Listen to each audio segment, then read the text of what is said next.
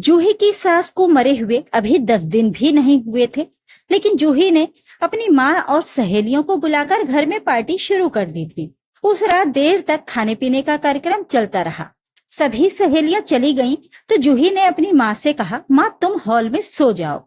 यशोदा को बहुत नींद आ रही थी, लेकिन वे हॉल में न सोकर सीधे उस बंद कमरे में सोने चली गई, जहां जूही की सास रहा करती थी और जिसकी मृत्यु के बाद से कोई भी उस कमरे में नहीं गया था।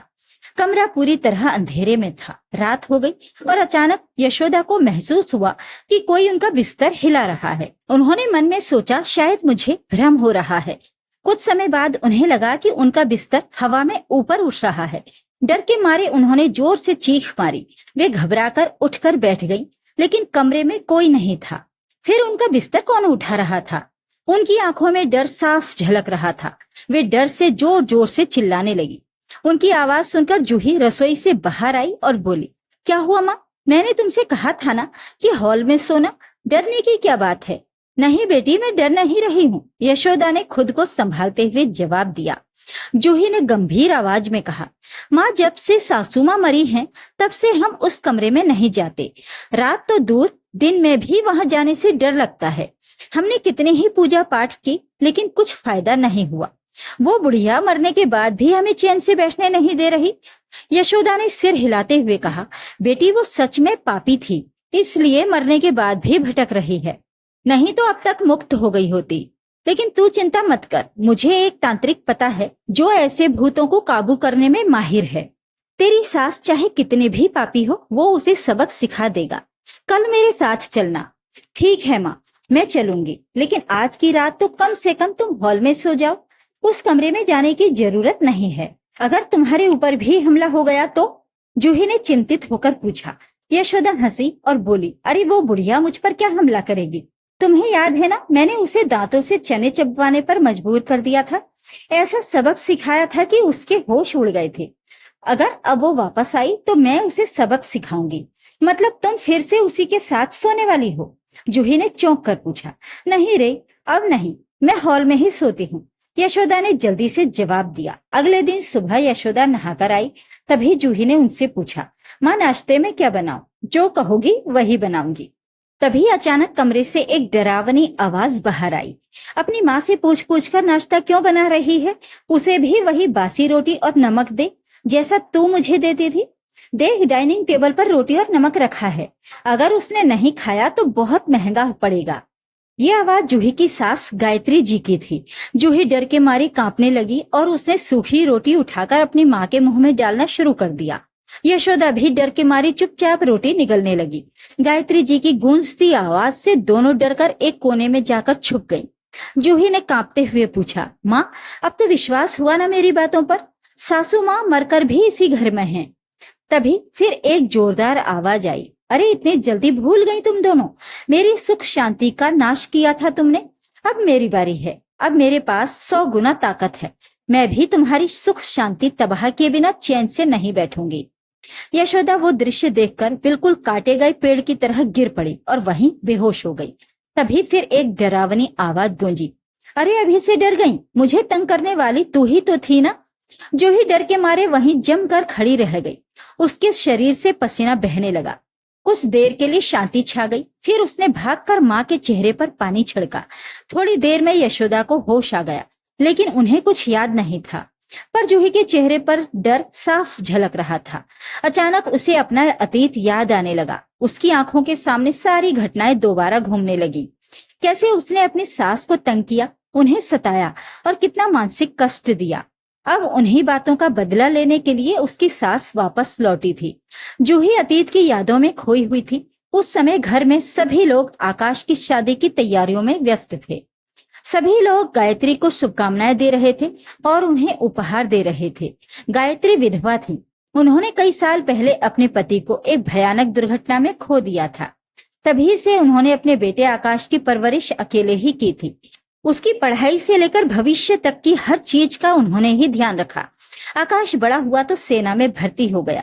कुछ समय बाद गायत्री को उसके लिए एक अच्छा विवाह का प्रस्ताव मिला। जब आकाश छुट्टी पर आया तो उसकी शादी करवा दी गई। शादी के बाद आकाश फिर से ड्यूटी पर लौट गया। उसकी नौकरी की प्रकृति ऐसी थी कि उसे घर से दूर रहना पड़ता था, इसलिए घर में अब सिर्फ जूही और गायत्री ही थी। शुरुआत में सब कुछ ठीक चल रहा था, लेकिन धीरे धीरे जूही का व्यवहार बदलने लगा। उसे रात देर तक पार्टियां करने का शौक लग गया। जब भी गायत्री कुछ कहती तो वो उल्टा जवाब देती और उन्हें तकलीफ पहुंचाती। धीरे धीरे उसे अपनी सास असहनीय लगने लगी। अब जूही कोई भी काम बिना शिकायत किए नहीं करती थी। गायत्री को उसके बोलने और व्यवहार से बहुत पीड़ा होती थी, लेकिन वो कुछ नहीं कहती थी। उन्हें आकाश से भी कुछ नहीं कहना था, क्योंकि उसका मन पहले से ही बॉर्डर पर देश सेवा में लगा हुआ था। उन्हें नहीं लगता था कि आकाश को और मानसिक तनाव देना चाहिए, इसीलिए उन्होंने जूही का व्यवहार चुपचाप सहना शुरू कर दिया। जूही ने इसका बहुत ज्यादा गलत फायदा उठाया। वो अक्सर अपनी माँ को, यशोदा को घर बुलाती थी। दोनों मिलकर गायत्री को मानसिक और शारीरिक रूप से परेशान करती थी। उन पर हुक्म चलाती थी। कोई भी काम करते समय उनका अपमान करती और पूरे दिन उन्हें तंग करती रहती थी। एक दिन जूही ने गायत्री जी से कहा, माँ आज खाना मत बनाइए, मैंने बाहर से खाना मंगवाया है, पिज्जा, बर्गर और पनीर की सब्जी। मैं और मेरी माँ वही खा लेंगे। इस पर गायत्री जी ने कहा, ठीक है बहू, मैं अपने लिए थोड़ी खिचड़ी बना लेती हूँ। इतना कहकर वो रसोई में दाल चावल कुकर में चढ़ाने की तैयारी करने लगी। तभी पीछे से जूही आकर बोली, अरे ये क्या कर रही हैं आप? मैंने साफ कहा था ना कि कुछ भी नहीं बनाना है, सुनाई नहीं देता क्या? गायत्री जी धीरे से बोली, बेटा बाहर से जो खाना आ रहा है वो तेरे और तेरी माँ के लिए है, मेरे लिए तो कुछ नहीं है ना, इसलिए मैं सिर्फ अपने लिए खिचड़ी बना रही थी। ये सुनते ही जूही ने उन्हें रसोई से बाहर कर दिया और तिरस्कार से बोली, वाह रे भाई साहब मालकिन बनने चली हैं, कोई हवेली है क्या ये? इस घर में सिर्फ मेरी ही चलती है, आपके लिए अलग से कुछ भी नहीं बनेगा। ना आप इस घर की मालकिन हैं और ना ही आपके लिए इस घर में अलग चूल्हा जलेगा। यूं ही गैस बर्बाद नहीं करेंगे। आपका बेटा आपके इन फालतू खर्चों के लिए अपनी जान खतरे में डालकर सरहद पर नहीं लड़ता। गायत्री जी बोली, बेटा तू पिज्जा बर्गर खाएगी, लेकिन मुझे भूख लगेगी तो मैं क्या करूं? और तू ये क्या कह रही है? मेरा बेटा फालतू में कमाता नहीं, वो इस घर के लिए, इस परिवार के लिए मेहनत करता है। जिंदा रहने के लिए खाना तो पड़ेगा ही ना। ये सुनते ही जूही चिल्ला पड़ी, हाँ पता है मुझे, बिना पेट भरे तुम्हें नींद नहीं आती। फ्रिज में 2 दिन पुरानी ब्रेड और सब्जी रखी है, वही खा लेना, लेकिन अगर कुछ पकाया तो फिर देख लेना। ये कहकर जूही वहां से चली गई। बेचारी गायत्री जी ने कुछ बोलना टाल दिया और बासी सब्जी के साथ सूखी ब्रेड खाकर अपनी भूख मिटा ली। बाहर से मंगवाए पिज्जा, बर्गर और पनीर के आने के बाद जूही और उसकी माँ यशोदा जी सोफे पर आराम से बैठ गईं और जानबूझकर गायत्री जी के सामने चाव से खाने लगी। काम निपटाने के बाद गायत्री जी अपने कमरे में सोने चली गईं। कुछ घंटों बाद यशोदा जी ने उन्हें आवाज दी, अरे गायत्री इतनी जल्दी सो गई? घर की मालकिन जाग रही है और आप सो गई। जरा हींग नींबू का पानी तो लेकर आइए, पेट बहुत भारी लग रहा है। जूही ने हंसते हुए पूछा, अरे माँ थोड़ा कम खा लिया होता तो क्या बिगड़ जाता? यशोदा जी बोली, अरे बच्ची खाना बर्बाद हो जाता ना, इसीलिए खा लिया। तू तो कुछ भी दिल से नहीं लगाती, फेंक देती है। मुझे खाना बर्बाद करना पसंद नहीं। जूही ने कहा, अरे माँ खाना बर्बाद कैसे होता? सासू माँ तो हमारी थाली की तरफ ललचाई नजरों से देख रही थी, थोड़ा दया दिखाकर उन्हें भी दे दिया होता। वैसे भी उन्हें तो हमारे झूठे खाने की आदत है। दोनों जोर से हंसने लगी। तभी गायत्री जी हींग नींबू का पानी लेकर आ गई।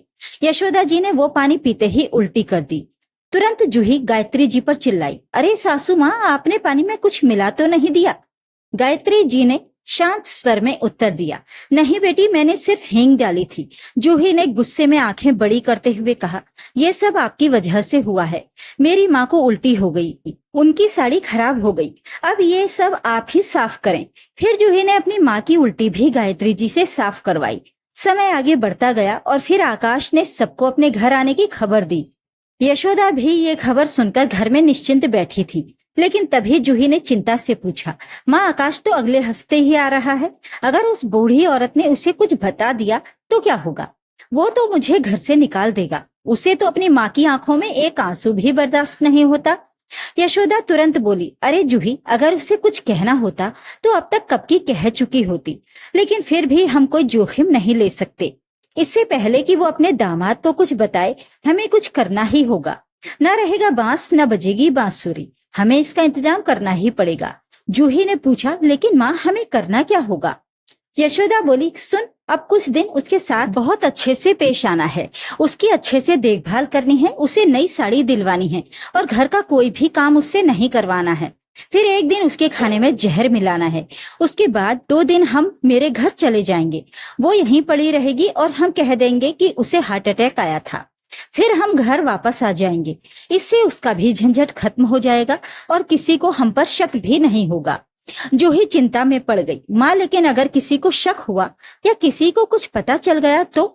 यशोदा आत्मविश्वास से बोली, जूही, मैं कल मार्केट से एक खास जड़ी बूटी लाऊंगी जिसे खाने के 5 घंटे बाद मौत हो जाती है और मुंह से कोई झाग भी नहीं आता, इसलिए किसी को कोई शक नहीं होगा। जूही ने संतोष के साथ सिर हिलाया और बोली, हाँ माँ, ये एकदम सही है।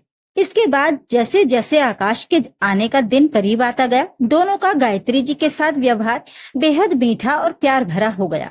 गायत्री जी समझ रही थी कि ये सब सिर्फ आकाश के आने की खबर की वजह से हो रहा है, इसलिए वो शांतिपूर्वक दोनों औरतों का नाटक देख रही थी। एक दिन जूही ने गायत्री जी से कहा, माँ, मैंने दोनों वक्त का खाना बना दिया है, आप खा लेना। मैं माँ यशोदा को छोड़ने जा रही हूँ, कल आकाश के आने से पहले वापस आ जाऊंगी। इसके बाद यशोदा और जूही ने अपनी पूरी योजना को अंजाम दिया और गायत्री जी के खाने में वो भयानक जड़ी बूटी मिला दी। फिर दोनों निश्चिंत होकर घर से निकल गईं। आकाश बहुत खुशी से अपनी माँ के लिए कई सुंदर और महंगे तोहफे लेकर आया था। साथ ही माँ को पसंद आने वाली गर्मा गर्म जलेबियां भी लाया था। घर पहुंचते ही वो उत्साह से चिल्लाया, माँ, माँ, कहाँ हो? लेकिन उसे कोई जवाब नहीं मिला। वो हैरान रह गया, क्योंकि पहले माँ हमेशा उसकी बेसब्री से राह देखती और दरवाजे पर बैठी रहती थी। आकाश बार बार आवाज लगाता रहा, माँ, मैं देर से आया हूँ, लेकिन अगली बार जल्दी आऊंगा। देखो तुम्हारे लिए क्या क्या लाया हूँ। वो सोफे पर बैठकर बोल रहा था, लेकिन माँ की तरफ से कोई उत्तर नहीं आ रहा था। जब उसे कुछ बहुत गलत होने का शक हुआ तो वो डरते डरते अंदर गया। वहां उसने देखा कि उसकी माँ जमीन पर बेसुध पड़ी थी। उनका शरीर ठंडा पड़ चुका था, सांसें थम चुकी थी।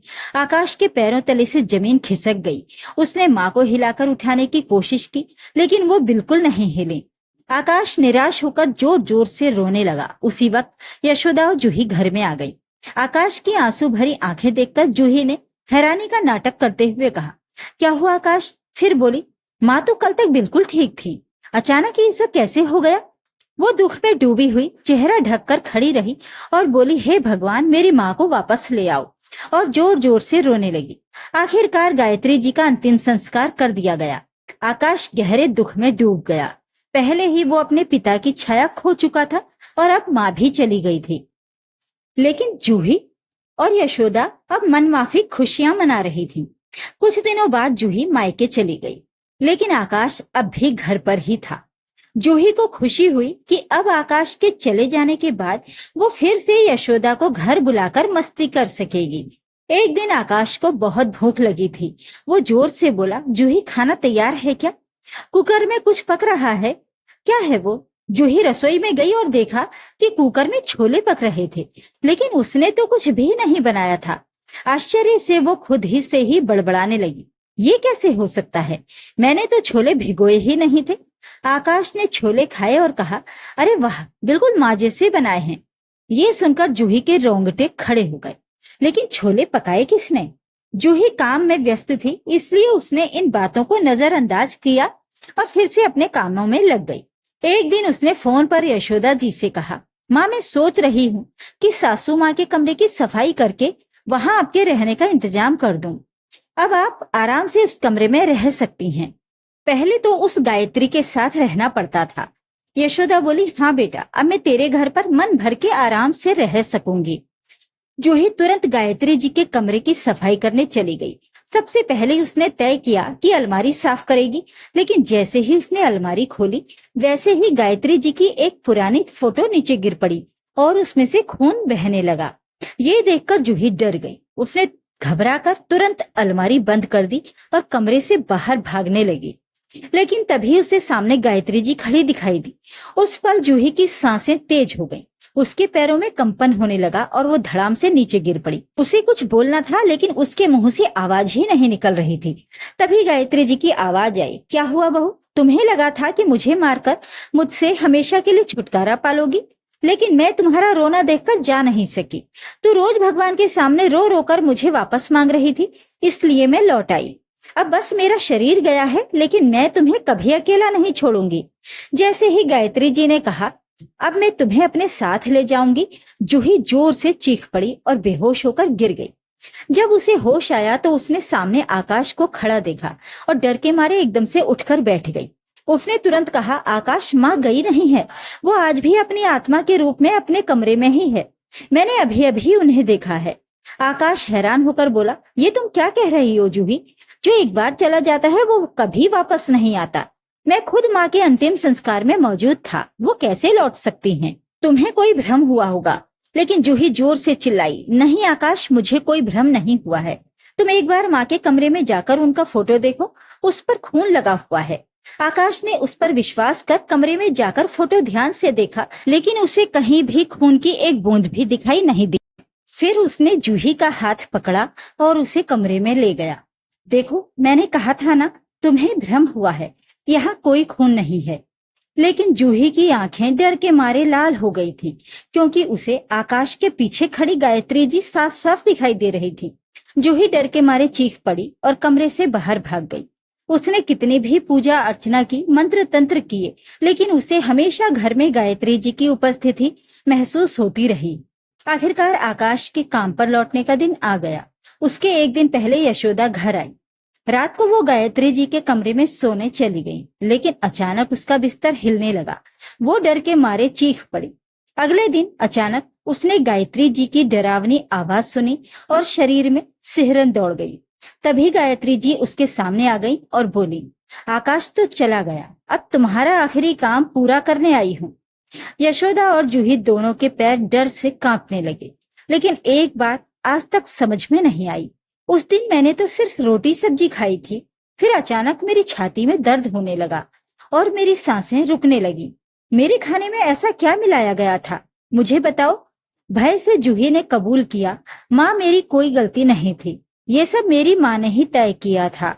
उसी ने वो जहरीला पदार्थ लाकर दिया था और मुझसे कहा था कि तुम्हें खिलाना है, ताकि तुम्हारी मौत के कोई लक्षण न दिखाई दें और सबको लगे कि तुमने प्राकृतिक मृत्यु पाई है।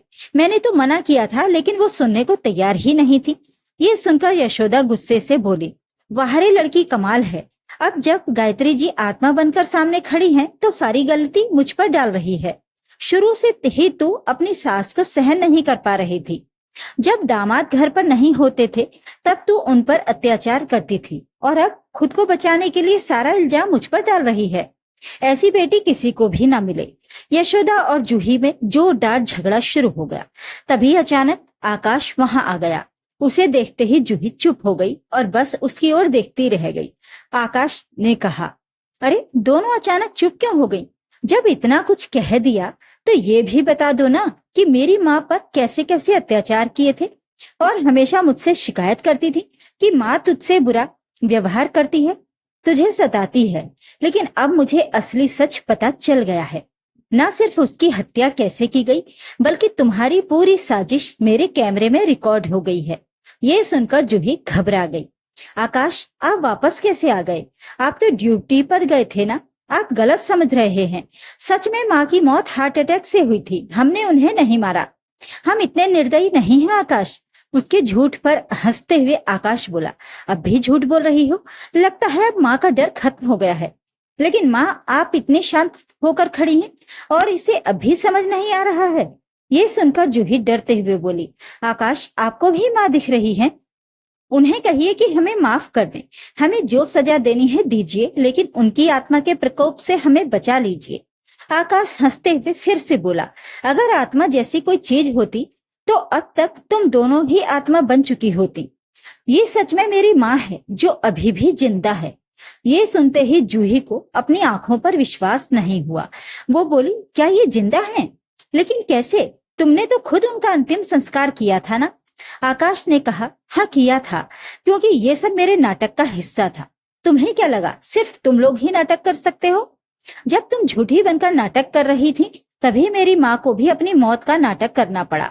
जूही ने हैरानी से पूछा, मतलब माँ ने उस दिन जहर नहीं खाया था? आकाश बोला, नहीं, उस दिन तुम दोनों डर गई थी कि कहीं माँ शिकायत न कर दे, इसलिए तुमने उन्हें खाने में जहर देने की साजिश रची। लेकिन माँ ने सब सुन लिया और मुझे फोन करके बता दिया। मैं तुरंत वहां पहुंचा और तय किया कि अब इस पूरे खेल का पर्दाफाश करना है। मैंने माँ को एक सुरक्षित जगह पर छुपा दिया और तुम्हारे नाटक को वैसे ही चलने दिया। ये सुनकर जूही ने पूछा, लेकिन फिर वो खून से सना फोटो, अपने आप बजने वाली कुकर की सीटी, अचानक चीजों का दिखना और फिर गायब हो जाना, ये सब क्या था? आकाश हंसते हुए बोला, ये सब भी मेरे नाटक का हिस्सा था। मैं तो तुम्हें दोनों को तुरंत जेल भिजवा सकता था, लेकिन मुझे तुम्हें एक सबक सिखाना था, इसलिए मैंने खुद तुमसे कबूल करवाया। यशोदा डरते हुए बोली, आकाश मुझे माफ कर दो, मुझे अपने परिवार के पास जाने दो। मुझसे बहुत बड़ी गलती हुई, लेकिन अब मैं कभी भी यहाँ वापस नहीं आऊंगी और जूही से भी कोई रिश्ता नहीं रखूंगी। आकाश गुस्से में बोला, जब जहाज डूबता है तो सबसे पहले चूहे भागते हैं, तुम भी वही कर रही हो। अगर तुम्हारी मंशा सही होती तो तुम जूही को सही रास्ता दिखा सकती थी, लेकिन उल्टा तुमने उसी का साथ दिया और अपने ही बेटी की सास को मारने की साजिश रची। इसके बाद आकाश ने ताली बजाई और तुरंत पुलिस को अंदर बुलवाया। अरेस्ट करो इन्हें, इन्होंने खुद ही अपना जुर्म कबूल कर लिया है। तभी गायत्री जी आगे आई और बोली, बहू तूने मुझ पर कितने अत्याचार किए, फिर भी मैंने कभी आकाश से तेरी शिकायत नहीं की। मुझे उसका घर बचाना था, लेकिन तूने मेरी चुप्पी का गलत फायदा उठाया। मैं भी एक औरत हूँ और मुझे किसी और औरत को जेल नहीं भेजना है, लेकिन अगर मैंने आज तुझे माफ कर दिया तो कल हर बहू अपनी सास को मारने का सोचने लगेगी। पुलिस को देखकर जूही आकाश के पैरों में गिर गई और रोते हुए बोली, आकाश चाहो तो मुझे तलाक दे दो, लेकिन मुझे जेल मत भेजो। मेरी माँ की उम्र का तो ख्याल करो। आकाश ने गुस्से में उसे एक जोरदार थप्पड़ मारा और बोला, क्या तूने मेरी माँ की उम्र का ख्याल किया था जब तूने उन्हें मारने की साजिश रची थी? अब ड्रामा बंद करो और कोर्ट में जाकर अपनी कहानियां सुनाना। आखिर में आकाश ने कोर्ट में उनके खिलाफ सारे सबूत पेश किए और दोनों महिलाओं को 5 साल की सजा सुनाई गई। इसके बाद गायत्री जी ने आकाश की शादी अपनी सहेली की बेटी शीला से करवा दी। शीला ने पूरे घर की जिम्मेदारी संभाली और दिल से गायत्री जी की सेवा की। दोस्तों, आपको क्या लगता है कि आकाश ने सही किया? तो ये थी आज की कहानी। इस कहानी के बारे में अपने राय कमेंट बॉक्स में जरूर लिखें। वीडियो को लाइक और शेयर कर दीजिए। चैनल को सब्सक्राइब जरूर करें ताकि आपको रोज अच्छी अच्छी कहानियां सुनने को मिल सके। तो फिर मिलते हैं एक और कहानी के साथ। नमस्कार।